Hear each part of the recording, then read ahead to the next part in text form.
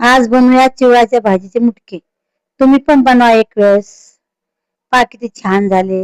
ही चिवळाची भाजी घेतली, तिची सर्व मुळ्या काढून घेतल्या आणि धुवून घेतली. ही डाळ आहे हरभऱ्याची आणि तुरीची. हे वाटण, लसण आणि मिरच्या त्या पण वाटून घेऊ मिक्सरच्या भांड्यामध्ये. डाळ पण वाटून घेऊ चांगली बारीक. डाळ वाटून झाली की परातीत काढून घेऊ. हे पाही डाळ वाटून झाली, परातीत काढून घेऊ. नंतर ही भाजी धुवून घेतलेली ती चिरून घेऊ चांगली बारीक. सरी बारीक कापून घेऊ चांगली. ही परातीत काढून घेऊ. नंतर हे बेसन पीठ टाकलं 2 चमचे, 2 चमचे गव्हाचं पीठ टाकलं आणि ठेसा टाकलाय लसणाचा आणि मिरच्याचा. ही हळद टाकली, चटणी पण टाकली, मीठ 2 चमचे तुमच्या हिशोबाने टाका, तुम्हाला जसं वाटलं तसं.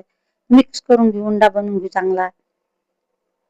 चांगला मळून घेतला हे उंडा. पा पाणी गरम करण्यासाठी ठेवून देऊ आता इकडे एका भांड्यामध्ये. हे पाणी गरम करून घेऊ.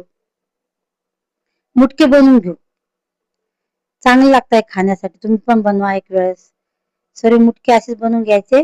पाण्याला उकळी आली की मग नंतर चाळणीत तेल लावून त्या चाळणीमध्ये ठेवून द्यायचे. बाई हे चाळणी घेतली आणि त्याच्यामध्ये ठेवून दिली, त्याच्यावरती उकळी आली पाण्याला आणि मुटके बनवले त्यात ठेवून देऊ.